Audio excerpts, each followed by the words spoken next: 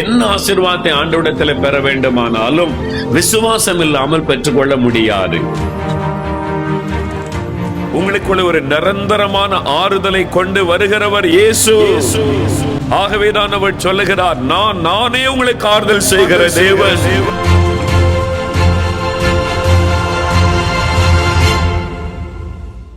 பரிசுத்த யோவான் எழுதின சுவிசேஷம் 16ஆம் அதிகாரம் 20ஆம் வசனத்தை வாசிக்க கேட்போம். யோவான் 16ஆம் அதிகாரம் 20ஆம் வசனம். மெய்யாகவே மெய்யாகவே நான் உங்களுக்கு சொல்லுகிறேன், நீங்கள் அழுது புலம்புவீர்கள், உலகமோ சந்தோஷப்படும். நீங்கள் துக்கப்படுவீர்கள், ஆனாலும் உங்கள் துக்கம் சந்தோஷமாக மாறும். ஆனாலும் உங்கள் துக்கம் சந்தோஷமாக மாறும். உங்கள் துக்கம் சந்தோஷமாய் மாறும். ஆண்டவர் இயேசு உங்களை நேசிக்கிறபடியினால் அவரை தேடி வந்திருக்கிற உங்களை பார்த்து இன்றும் அவர் சொல்லுகிறார், உங்கள் துக்கம் சந்தோஷமாக மாறும். ஏதோ ஒரு துக்கத்தை உள்ளத்திலே சுமந்து கொண்டு இன்னைக்கு ஆண்டவருடைய பாதபடியில் நீங்கள் கடந்து வந்திருக்கிறீர்கள். உங்களுடைய தனிப்பட்ட வாழ்க்கையில் காணப்பட்ட பிரச்சனை நிமித்தமாய் ஒரு துக்கம் உங்களுடைய உள்ளத்தை அழைத்தி கொண்டிருக்கலாம். உடைய குடும்பத்திற்குள்ளே காணப்படுகிற ஒரு போராட்டத்தின் நிமித்தமாய் மனம் உடைந்து துக்கத்தோடு நீங்கள் வந்திருக்கலாம். உங்களுடைய சரீரத்தில் காணப்படுகிற வியாதியின் நிமித்தமாக எனக்கு இப்படி ஒரு வியாதி வந்துவிட்டது, மரணம் வந்துவிடுமோ என்கிற ஒரு துக்கம் உடைய உள்ளத்தை அழைத்தி கொண்டிருக்கலாம். அல்லது குடும்பத்தில் ஒரு வியாதிப்பட்டதின் நிமித்தம் மனம் சோர்வு அடைந்து துக்கத்தோடு இந்த இடத்தில் நீங்கள் வந்திருக்கலாம். பண பிரச்சனை நிமித்தமாய், கடன் பிரச்சனையின் நிமித்தமாய், வறுமையின் நிமித்தமாய் நெருக்கப்பட்டு என்றைக்கு என் வாழ்க்கையில் ஒரு ஆசீர்வாதம் வரும், சாகுமுறைக்கும் இப்படித்தான் என் வாழ்க்கையா என்று சொல்லி ஒரு துக்கத்தோடு இந்த இடத்தில் நீங்கள் வந்திருக்கலாம். எனக்கு ஒரு ஆசீர்வாதத்தை என் வாழ்க்கையில் காண முடியவில்லையே, என் எதிர்காலம் எப்படி இருக்குமோ என்கிற ஒரு கலக்கம் வேதனையோடு இந்த இடத்தில் வந்திருக்கலாம். உடைய துக்கத்திற்கு என்ன காரணமாக இருந்தாலும் சரி, வானத்தை பூமியை உண்டாக்கின சர்வ வல்லமையுள்ள ஆண்டவர் இயேசு சொல்லுகிறார், உங்கள் துக்கம் சந்தோஷமாக மாறும். உங்கள் துக்கம் சந்தோஷமாக மாறும். என்ன துக்கமாக இருந்தாலும் இயேசுவால் அந்த துக்கத்தை மாற்ற முடியும். அவர் இந்த உலகத்தில் உலாவின அந்த சமயத்தில் அநேகர் அவரை தேடி வந்து தங்களுடைய வாழ்க்கையில் அற்புதங்களை பெற்றுக் கொண்டார்கள். இயேசு கிறிஸ்து சிலரை தேடி சென்று அவரே தேடி சென்று அவருடைய துக்கங்களை மாற்றும்படி அற்புதங்களை செய்தார்.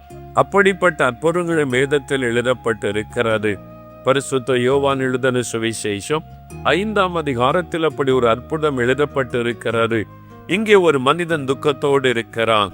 அவனை ஆண்டவர் சந்தித்து அவனுடைய துக்கத்தை எப்படி மாற்றினார் என்பதை நாம் இன்றைக்கு தியானிக்க போகிறோம். யோவான் 5ஆம் அதிகாரம் 1 முதல் 9 வசனங்களை வாசிக்கும் பொழுது, பெதஸ்தா என்கிற ஒரு குளம் இருந்தது. அந்த குளத்தை சுற்றிலும் 5 மண்டபங்கள் இருந்தது. அதில் பலதரப்பட்ட வியாதியஸ்தர்கள் தங்கியிருந்தார்கள். நடக்க முடியாதவர்கள், சோம்பின உறுப்புடையவர்கள், பலதரப்பட்ட நோய்களினால் பாதிக்கப்பட்ட ஏராளமான பேர் தங்கியிருந்தார்கள். அவர்களுக்கு ஒரு நம்பிக்கை இருந்தது, எப்போதாவது ஒரு முறை ஒரு தேவதூதன் வந்து அந்த குளத்தை கலக்குவானா. அந்த குளம் கலங்கினவுடன் யார் முதலாவது அந்த குளத்திற்குள் இறங்குவார்களோ அவர்கள் எப்பேற்பட்ட வியாதியஸ்தராக இருந்தாலும் சுகமடைந்து விடுவார்கள். ஆகவே ஒரு நம்பிக்கையோடு கூட என் வாழ்க்கையிலும் ஒரு அற்புதம் நடக்கும், என்னுடைய வியாதியும் நீங்கும் என்று சொல்லி அநேகர் அங்கு வந்து படுத்து காத்திருந்தார்கள். அந்த இடத்தில் 38 வருஷமாய் வியாதி கொண்டிருந்த ஒரு மனிதன் இருந்தான். இந்த மனிதன் எப்படிப்பட்ட நிலைமையில் இருந்தான் தெரியுமா? 7வது வசனத்தை வாசிக்க கேட்போம். யோவான் 5ஆம் அதிகாரம் 7ஆம் வசனம். அதற்கு வியாதியஸ்தன், ஆண்டவரே, தண்ணீர் கலக்கப்படும் போது என்னை குளத்தில் கொண்டு போய் விடுகிறதற்கு ஒருவரும் இல்லை. நான் போகிறதற்குள்ளே வேறொருவன் எனக்கு முந்தி இறங்கி விடுகிறான் என்றான். இயேசு கேட்கிறான், நீ சுகமாக வேண்டும் என்று விரும்புகிறாயா என்று. வந்து நமக்கு முன்பாக நிற்கிறவர் யார் என்று அவனுக்கு தெரியவில்லை. இவர்தான் வானத்தையும் பூமியை சிருஷ்டித்த ஆண்டவர், அண்ட சராசரங்களையும் உருவாக்கி படைத்து காத்து வருகிற தேவன். அவர் எதையும் செய்ய வல்லமை உள்ளவர் என்பது அவனுக்கு தெரியவில்லை. யாரோ ஒருவர் வந்து கேட்கிறார் என்று சொல்லி அவன் என்ன பதில் சொல்லுகிறான் பாருங்கள். நான் சுகமாக வேண்டும் என்று விரும்புகிறாயா என்று ஆண்டவர் கேட்கும் பொழுது அவன் என்ன பதில் சொல்லுகிறான்? ஆண்டவரே, இந்த குளம் கலக்கப்படும் பொழுது என்னை அந்த குளத்திலே கொண்டு போய் விடுவதற்கு ஒருவரும் இல்லை. எனக்கு ஒருவரும் இல்லை. I have nobody to help me. எனக்கு ஒருவரும் இல்லை. அதுதான் அவனுடைய இருதயத்தின் வேதனை. இயேசு அவனை ஏன் தேடி போனார் தெரியுமா? அவனுடைய இருதயத்தின் துக்கமே அதுதான். எனக்கு ஒருவரும் இல்லை. எனக்கு உதவி செய்வதற்கு ஒருவரும் இல்லை. எனக்கு அன்பு காட்டுவதற்கு ஒருவரும் இல்லை. எனக்கு ஆறுதல் சொல்வதற்கு ஒருவரும் இல்லை. ஒரு அனாதையை போல நான் இங்கே படைத்திருக்கிறேன். என்னை பார்க்க ஒருவரும் வரமாட்டார்கள். எனக்கு ஒருவரும் இல்லை. அதுதான் அவனுடைய இருதயத்தின் வேதனை, தனிமை. என்னை நேசிக்க யாரும் இல்லையே என்கிற ஒரு வேதனை. என் துக்கத்தை புரிந்து கொள்ள யாரும் இல்லையே, எனக்கு ஆறுதல் சொல்ல யாரும் இல்லையே, எனக்கு உதவி செய்ய யாரும் இல்லையே என்கிற ஒரு வேதனை. அதுதான் அவனுடைய இருதயத்தின் துக்கம். இயேசு அதை அறிந்திருந்தபடினாலே தான் அவனை தேடி போய் அவனோடு பேசுகிறார். உனக்கு நான் இருக்கிறேன். உன்னை சிருஷ்டித்த தேவன், உன்னை உருவாக்கின தேவன், நான் உனக்கு இருக்கிறேன் என்பதை விளங்க பண்ணும்படி, நான் உன்னை நேசிக்கிற ஒரு ஆண்டவர் என்பதை விளங்க பண்ணும்படி இயேசு அவனை தேடி சென்று அவனோடு பேசுகிறான். அவன் சொல்லுகிறான், எனக்கு ஒருவரும் இல்லை. ஒருவேளை 38 ஆண்டுகளுக்கு முன்பாக அவன் வியாதிப்பட்ட அந்த ஆரம்ப நாட்களில் அந்த குளத்தின் அருகில் அவனை கொண்டு வந்த குடும்பத்தார் அவனோடு தங்கி இருந்திருப்பார்கள். எப்பொழுது குளம் கலங்கும், உன்னை கொண்டு போய் நாங்கள் குளத்தில் விடுகிறோம், சுகமாகி விடும், தைரியமாயிரு என்று சொல்லி ஆறுதல் படுத்தி இருப்பார்கள். எவ்வளவு நாள்?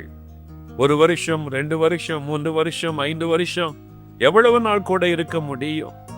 எவ்வளவு நாள் உன்னோடு கூட இந்த குளத்தின் அருகிலேயே நாங்கள் காத்து கிடக்க முடியும்? இனிமேல் உன் பாடு அவ்வளவுதான். இனிமேல் நாங்கள் என்ன செய்ய முடியும் என்று ஒவ்வொருவராய் அவனை விட்டு விலகி போயிருப்பார்கள். குடும்பமே அவனை மறந்து விட்டது. அவருடைய சொந்தங்கள் அவனை மறந்து விட்டது. உறவினர்கள் மறந்து விட்டார்கள். ஒருவேளை அவனை நேசித்த நண்பர்கள் அவனோடு வெகு நாட்கள் இருந்திருக்கலாம், அடிக்கடி வந்து பார்த்திருக்கலாம். எவ்வளவு நாட்கள் வந்திருப்பார்கள்? ஒரு 7 வருஷம், 10 வருஷம். இனிமேல் எங்கள் காரியத்தை நாங்கள் பார்க்க வேண்டும். நீ எவ்வளவு நாள் இந்த வியாதி படுக்கையில் இருப்பா? எவ்வளவு நாள் நாங்கள் உனக்கு உதவி செய்ய முடியும்? சொந்தங்கள் அவனை மறந்தது. உறவினர்கள் மறந்தார்கள். நண்பர்கள் மறந்தார்கள். இப்பொழுது அவனை பார்க்க ஒருவரும் வருவதில்லை. அவனுக்கு ஆறுதல் சொல்ல ஒருவரும் வருவதில்லை. அவனுக்கு உதவி செய்வதற்கு ஒருவரும் இல்லை. ஆகவேதான் அதை சொல்லுகிறான், எனக்கு ஒருவரும் இல்லை ஆண்டவரே, எனக்கு ஒருவரும் இல்லை. இன்னைக்கு ஒரு அனாதையை போல இந்த உலகத்தில் இருக்கிறேன். எனக்கு ஒருவரும் இல்லை என்று நீங்கள் கலங்கி நிற்கலாம். என்னை நேசிக்க ஒருவரும் இல்லை. என்னை புரிந்து கொள்ள ஒருவரும் இல்லை. எனக்கு உதவி செய்ய ஒருவரும் இல்லை. நான் தனிமையாய் வேதனைப்படுகிறேன் என்று ஒரு வேதனைக்கு நடுவில் நீங்கள் வாழ்ந்து கொண்டிருக்கலாம். இயேசு உங்களை தேடித்தான் வந்திருக்கிறார். உங்களை தேடித்தான் இன்றைக்கு அவர் வந்திருக்கிறார். என் மகனே, உனக்கு நான் இருக்கிறேன். என் மகளே, உனக்கு நான் இருக்கிறேன். என் ஆண்டவர் உங்களை தேடி வந்திருக்கிறார். நீங்கள் அவரை சொந்தமாக்கி கொண்டா அவர் உங்களுக்கு எப்படி இருப்பார் தெரியுமா? ஒரு பக்தன் சொல்லுகிறான், 27ஆம் சங்கீதம் 10ஆம் வசனத்தில், என் தாயும் தகப்பனும் என்னை கைவிட்டாலும் கர்த்தர் என்னை சேர்த்துக் கொள்ளுவார். ஒரு தாய் தகப்பனுடைய அன்பு கூட மாறி போகலாம், ஆனால் ஆண்டவருடைய அந்த அன்பு மாறி போகாது. தாய் தகப்பன் கூட நீ யாரோ என்று என்னை ஒதுக்கி தள்ளினாலும் அந்த இயேசு என்னை அணைத்துக் கொள்ளுவார். அவர் என்னை சேர்த்துக் கொள்ளுவார் என்று தன் அனுபவத்தை அவர் எழுதி வைத்திருக்கிறது வேதத்தில் பார்க்கிறோம். ஏசாயா 66ஆம் அதிகாரம் 13ஆம் வசனத்தை வாசித்து பாருங்கள். ஒருவனை அவன் தாய் தேற்றுவதை போல நான் உங்களை தேற்றுவேன் என்று ஆண்டவர் சொல்லுகிறார். ஒரு தாயை போல நம்மை தேற்றுகிறவர் இயேசு. பாருங்கள், அவனை வந்து தேற்றுகிறார். நீ சுகமாக வேண்டும் என்று விரும்புகிறாயா? ஆறுதலாய் அவனோடு பேசுகிறார். ஒரு சந்தோஷத்தை உண்டாக்கும்படி, அவனை உற்சாகப்படுத்தும்படி ஆண்டவர் பேசுகிறார். உன் பாவத்தினால் இந்த வியாதி வந்தது, உன் பாவத்தினால் இதை அனுபவிக்கிறாய் என்று அவனை குற்றப்படுத்தாதபடிக்கு ஆண்டவர் சொல்கிறார், நீ சுகமாக வேண்டும் என்று விரும்புகிறாயா மகனே? அன்போடு பேசி அவனை ஆறுதல் படுத்துகிறார். ஒரு தாயினுடைய அன்பை காட்டிலும் இயேசுனுடைய அன்பு பெரிது பிரியமானவர்களே. வேதம் சொல்லுகிறது, ஏசாயா 49ஆம் அதிகாரம் 15-16 வசனங்களை வாசித்து பாருங்கள். ஸ்திரியானவள் தன் கற்பத்தின் பிள்ளைக்கு இறங்காமல் தன் பாலகனை மறப்பாளோ? அவர்கள் மறந்தாலும் நான் உன்னை மறப்பது இல்லை என்று ஆண்டவர் சொல்லுகிறார். ஒரு கை குழந்தையை பெற்றெடுத்த தாய் மறக்க முடியுமோ? பாலூட்டுகிற ஒரு குழந்தையை ஒரு தாய் மறக்க முடியுமோ? அப்படியே ஒரு தாய் மறந்தாலும் நான் உன்னை மறப்பதில்லை. அந்த தாயினுடைய அன்பை காட்டிலும் அந்த இயேசுவின் அன்பு பெரிது. ஆம் பிரியமானவர்களே, அவர் நம் மீது வைத்திருக்கிற அன்பு பெரிது. தகப்பனை போல உங்களை தூக்கி சுமக்கிறவர், தாயை போல உங்களை தேற்றுகிறவர், தாயும் தகப்பனும் கைவிட்டாலும் உங்களை அணைத்துக் கொள்ளுகிறவர். யார் உங்களை மறந்தாலும் அவர் சொல்லுகிறார், நான் உன்னை மறப்பதில்லை, உன்னை என் உள்ளங்கைகளில் வரைந்து வைத்திருக்கிறேன் என்று சொல்லுகிறார். இந்த இயேசுவை நீங்கள் ஏற்றுக்கொள்ளும் பொழுது, அவருக்கு உங்களுடைய வாழ்க்கையில் இடம் கொடுத்து அவரை சொந்தமாக்கி கொள்ளும் பொழுது, உங்கள் உருவத்தை தன் உள்ளங்கையில் வரைந்து வைத்திருக்கிறாராம். அந்த கையை அவர் பார்க்கும் பொழுது உடைய உருவத்தை அவர் பார்க்கிறார். எப்பொழுதும் நீங்கள் அவருடைய கண்களுக்கு முன்பாக இருக்க வேண்டும் என்று உள்ளங்கைகளில் அவர் வரைந்து வைத்திருக்கிறாராம். தழும்பு வாய்ந்த அந்த உள்ளங்கைகளில், ஆணி கடாவப்பட்ட அந்த கரத்தில் அவர் வரைந்து வைத்திருக்கிறாராம். உங்கள் மீது அவர் அவ்வளவு அன்பு வைத்திருக்கிறார். உங்களை நேசிக்கிற ஒரு ஆண்டவர். அவரை நீங்கள் ஏற்றுக்கொண்டால் உங்களுக்கு ஒரு தகப்பனை போல் இருந்து தூக்கி சுமப்பார். தாயை போல உங்களை தேற்றி அரவணைத்து தாங்கி நடத்துவார். ஒரு நல்ல சிநேகிதனாக கூட இருந்து ஆலோசனை சொல்லி அற்புதமாய் நடத்துவார். ஏசு அற்புதமானவர். பிரியமானவர்களே, அவர் இன்றைக்கு உங்களை தேடி வந்திருக்கிறார். அவரை சொந்தமாக்கி கொண்டிருக்கிறீர்களா? அவருக்கு உங்களுடைய உள்ளத்தில் இடம் கொடுத்திருக்கிறீர்களா? உங்களுடைய வாழ்க்கையில் அவரை சொந்தமாக்கி இருக்கிறீர்களா? அவளை இல்லாவிட்டால் இன்றைக்கு இந்த இயேசு எனக்கு வேண்டும் என்று அவரை சொந்தமாக்கி கொள்ளுங்கள். அவர் இன்றைக்கு உங்களை தேடி வந்து ஆறுதல் படுத்த வந்திருக்கிறார். யாருமில்லை என்று நினைக்கிறவர்களை தேடி வந்து சந்திக்கிற ஒரு ஆண்டவர். நான் அமெரிக்கா தேசத்திற்கு ஊழியத்திற்கு செல்லும் பொழுதெல்லாம் வாஷிங்டன் டிசியில நடக்கிற உபவாச ஜபத்திற்கு கடந்து செல்லும் பொழுது, அங்கே மேரிலாண்ட் என்கிற இடத்தில் என் சகோதரி ஒருவர் அங்கே குடும்பமாய் தங்கி இருக்கிறாள். அவள் வீட்டிலே தங்குவது வழக்கம். ஒரு சமயம் அவளுடைய வீட்டிலே தங்கி இருந்த பொழுது, அவளுடைய 2 பிள்ளைகளோடு விளையாடுவதற்கு பக்கத்து வீட்டிலிருந்து ஒரு சிறு பையன் வருவான். அடிக்கடி வந்து விளையாடி விட்டு செல்லுவான். நான் என் சகோதரனிடத்தில் விசாரித்தேன், இந்த பையன் யார் என்பதாக. அப்பொழுது அவள் ஒரு அற்புதமான காரியத்தை சொன்னாள். அந்த பையனுடைய குடும்பத்தில் நடந்த ஒரு அதிசயமான காரியத்தை சொன்னாள். பக்கத்தில் தான் அவள் குடியிருக்கிறார்கள் என்று அந்த குடும்பத்தை குறித்து எனக்கு அவள் சொன்னாள். அந்த குடும்பத்தில் நடந்த ஒரு அதிசயத்தை எனக்கு சொன்னாள். அவர்கள் இலங்கை தேசத்தை சார்ந்தவர்கள், சிங்கள இனத்தை சார்ந்தவர்கள். இலங்கை தேசத்தில் தமிழ் மக்களும் சிங்கள மக்களும் வாழுகிறார்கள். அவள் ஒரு சிங்கள குடும்பத்தை சார்ந்தவர்கள், புத்த மதத்தை சார்ந்தவர்கள். அவருடைய கணவருக்கு அமெரிக்காவில் அங்கே வேலை கிடைத்தபடியால் குடும்பமாய் வந்து அந்த தேசத்தில் குடியேறினார்கள். அங்கே தங்கியிருந்தார்கள். அந்த கணவர் வேலைக்கு போய்விட்டு வருவார். குடும்பம் சந்தோஷமாய் போய்கொண்டிருந்தது. அந்த சிறு பையன், சின்ன பையன் அவங்க ஒருவன் உண்டு. திடீரென்று ஒரு கொடிய வியாதி அந்த சகோதரரை தாக்கினது. அவர் வியாதிப்பட்டு மரித்தும் போனார். கணவருடைய மரணம் அந்த சகோதரியை நிலை கொலைய வைத்தது. ஒரு தேசத்தை விட்டு ஒரு அந்நிய தேசத்தில் வாழ வந்திருக்கிறோம். இங்க வேறு யாரையும் தெரியாது. கணவரை நம்பியே தன் வாழ்க்கை.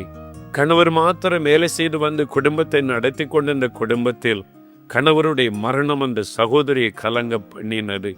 இனிமேல் எப்படி நான் வாழப்போகிறேன்? எப்படி இந்த குழந்தையை வளர்த்து நான் ஆளாக்க போகிறேன்? எனக்கு இந்த தேசத்தில் என்ன தெரியும்? கலங்கினார்கள். நான் அனாதையாக்கப்பட்டு விட்டேனே. எனக்கு யார் இருக்கிறார்கள் இந்த தேசத்தில்?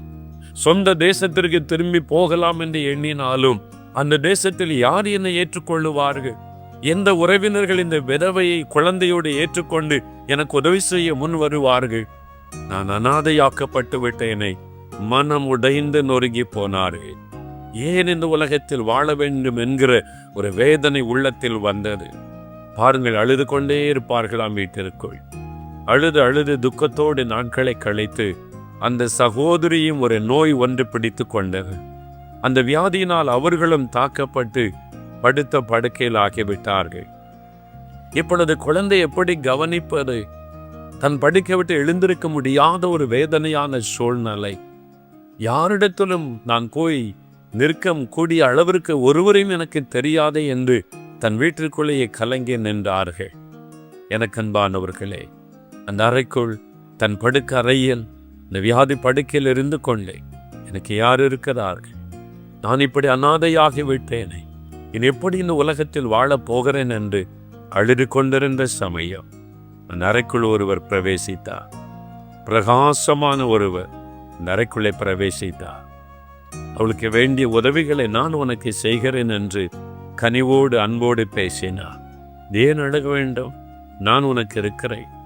நான் உனக்கு உதவி செய்வேன். நான் உன் பிள்ளையை ஆசீர்வதிப்பேன். நான் உன்னை பார்த்து கொள்வேன், நீ கலங்காதே என்று அன்போடு கூட கனிவோடு பேசினாரா.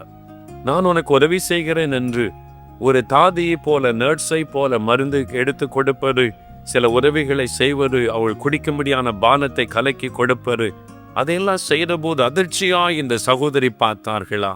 யார் இவர்? முன்பின் நான் இவரை பார்த்தது இல்லை. எப்படி இவர் இந்த வீட்டிற்குள் வந்தா? எப்படி அவர் வந்து எனக்கு உதவி செய்கிறார்? சம்பந்தமே இல்லாத ஒருவர் வந்து எனக்கு உதவி செய்கிறேன் என்று சொல்லுகிறாரே என்று ஆச்சரியத்தோடு பார்த்தார்கள். அன்பான முகம், கனிவான ஒரு வார்த்தை, பாசத்தோடு ஒரு தகப்பன் பிள்ளையிடத்தில் பேசுவதை போல் அவர் பேசுகிறார். ஆச்சரியப்பட்டு சில நிமிட நேரம் கவனித்தார்கள். அவர் கேட்டார்கள், ஐயா, நீங்கள் யாரென்று எனக்கு தெரியவில்லை. எப்படி என் வீட்டிற்குள் வந்தீர்கள்? நீங்கள் எப்படி எனக்கு உதவி செய்ய முடியும் என்று அவள் விசாரித்த பொழுது அவர் அவளோடு கூட பேச ஆரம்பித்தார். நான் இயேசு, நான் இயேசு, நான் இயேசு. எனக்கு யார் இருக்கிறார்கள் என்று நீ அழுதாயே, எனக்கு ஒருவரும் இல்லை என்று நீ அழுதாயே. அந்த அழுகையின் சத்தம் என் சமூகத்தில் வந்து எட்டினது. நான் அல்லவா உன்னை சிருஷ்டித்தவன், உனக்காக சிலுவையிலே மரித்தவன்.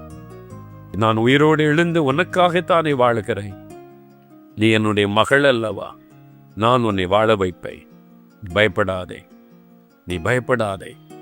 என்னை குறித்து பைபிளில் எழுதப்பட்டிருக்கிறது, நீ அறிந்து கொள் என்று சொல்லிவிட்டு அவர் கடந்து போனார். அந்த சகோதரி அற்புதமாய் சுகம் பெற்று படுக்கை விட்டு எழுந்தார்கள். பக்கத்து வீட்டில் இருந்து அமெரிக்கர்கள் வீட்டுக்கு போய் கதவை தட்டி, உடத்தில் பைபிள் இருக்கிறதா என்று கேட்டு வாங்கினார்கள். அவர்கள் அந்த கிறிஸ்தவ குடும்பத்தாவது ஒரு பைபிளை கொடுத்தார்கள். அதை வாசிக்க ஆரம்பித்த பொழுது தன் வீட்டில் வந்து தன்னை சந்தித்த இயேசுவை குறித்து எழுதப்பட்டிருக்கிறதை வாசித்தார்கள். இவ்வளவு அன்பான ஒரு ஆண்டவர் இந்த உலகத்தில் இருக்கிறாரா? இவ்வளவு பாசத்தோடு மனிதர்களை தேடி வந்து உதவி செய்கிற ஒரு தெய்வம் உண்டா? இதுவரைக்கு நான் அறியாமற் போனேனே என்று அறிந்து கொண்டு இயேசுவுக்கு தன் உள்ளத்தில் இடம் கொடுத்தார். அவரை நோக்கி ஜெபிக்க ஆரம்பித்தார். அவளுக்கு இயேசுவை பற்றி வேறு ஒன்றும் தெரியாது. ஆலயம் எங்கிருக்கிறது என்று விசாரித்து ஒரு ஆலயத்தை கண்டுபிடித்து ஞாயிற்றுக்கிழமை தோறும் ஆலயத்திற்கு செல்ல ஆரம்பித்தார்கள். இயேசு அவளுக்கு வேலைக்கு ஒரு வழி திறந்தார். அந்த சகோதரிக்கு ஒரு வேலையை உண்டாக்கி கொடுத்தார். தன்னுடைய குழந்தையை ஒரு பெரிய நம்பிக்கையோடு, இயேசு எனக்கு இருக்கிறார், அவர்தான் என் எதிர்காலம், அவர்தான் என் குடும்பத்தை ஆசீர்வதித்து நடத்துவார் என்ற நம்பிக்கையோடு சந்தோஷமாய் வாழ்ந்து கொண்டிருக்கிறார்கள். நான் அவர்களை அங்கே பார்த்தேன், அந்த குடும்பத்தை நான் பார்த்தேன். எவ்வளவு ஆச்சரியமான காரியம் பிரியமானவர்களே. உதவியற்ற நிலைமையில், இனிமேல் எனக்கு யாரும் இல்லை, அவ்வளவுதான் என்கிற நிலைமையில் அவள் இயேசுவை தேடவும் இல்லை, இயேசுவை அறிந்திருக்கவும் இல்லை. வாழ்வதை விட மரித்து விட்டால் நல்லது என்று எண்ணின பொழுது இயேசு அந்த வீட்டிற்குள்ளே பிரவேசித்தார், தன்னுடைய அன்பை வெளிப்படுத்தினார். இன்றைக்கு அந்த விதவை சகோதரி எவ்வளவு சந்தோஷமாய் வாழுகிறார்கள். எதிர்காலத்தை குறித்து ஒரு பெரிய நிச்சயத்தோடு மகிழ்ச்சியோடு வாழுகிறார்கள். காரணம், இயேசு எனக்கு இருக்கிறார் என்பதுதான். எனக்கு ஒரு தகப்பன் இருக்கிறார். வானத்தை பூமி உண்டாக்கின தேவனே எனக்கு தகப்பனாய் இருக்கிறார், என்னை கவனித்துக் கொள்ளுவார் என்கிற விசுவாசம், நம்பிக்கை, அதுதான் இயேசு.